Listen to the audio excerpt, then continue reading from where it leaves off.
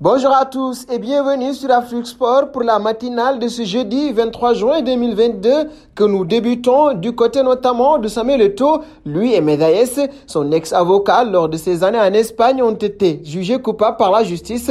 Le verdict qui a été dévoilé lundi dernier n'a pas été tendre avec le président de la FECAFOOT. La sentence de 22 mois de prison ferme restera bien gravée dans le casier judiciaire de l'ancien joueur. Cette condamnation de Eto'o risque d'avoir aussi des répercussions sur la suite de sa présidence à la FECAFOOT. Même s'il a évité la prison, Samuel Eto'o va avoir une grosse tâche dans son casier judiciaire et c'est ce qui peut devenir problématique avec son poste de président de la FECAFOOT. Si l'on se fie au statut de la FECAFOOT à la section 3, article 36, il se pourrait que Samuel Eto'o soit désormais disqualifié pour présider l'institution. Un saut aux côtés de Gana Gueye. Selon les dernières informations qui circulent, l'ancien joueur d'Everton a été approché par Galatasaray, le prestigieux club turc. Il est tenté par ce challenge et il l'a fait savoir à ses décideurs parisiens. Il reste à présent pour les deux clubs à s'entendre sur l'indemnité de transfert. Le Galatasaray est enclin à payer 5 millions d'euros pour le champion d'Afrique, tandis que le PSG en demande au moins 10 millions pour son protégé. S'il n'y a pas d'accord trouvé entre les Stambouliotes,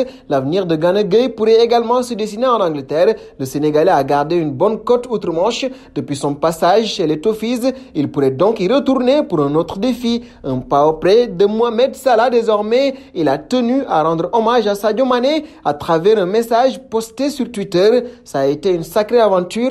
Merci pour tous les bons moments et je te souhaite le meilleur dans votre nouvelle aventure.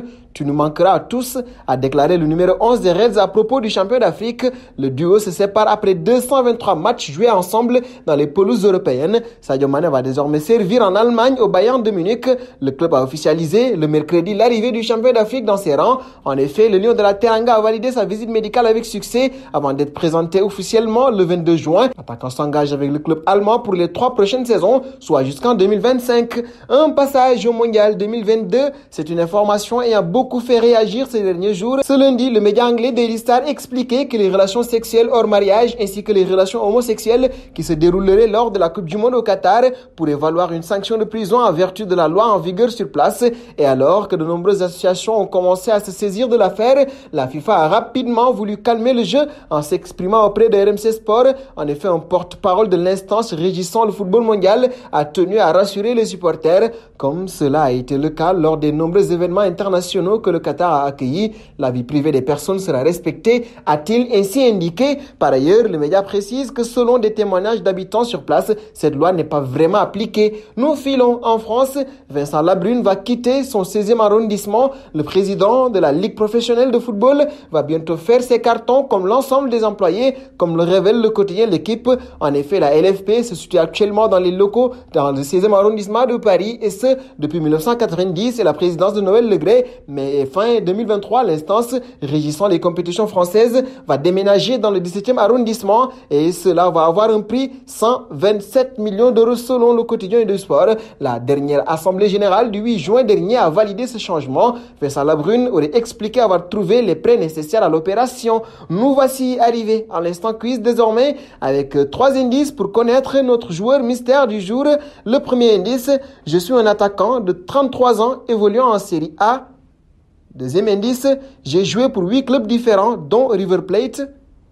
Troisième indice, je suis venu et Hendrik Mkhitaryan est parti. Qui suis-je? Vos réponses seront attendues en commentaire. Nous terminons avec Neymar. La décision semble être unanime tant dans la direction que du côté du Qatar et la nouvelle tête forte du PSG, Luis Campos donc, ne compte également pas sur le joueur, mais surtout un prix dont le montant n'est pas encore connu a déjà été fixé selon Foot Mercato. Cependant, le PSG aura du mal à trouver preneur.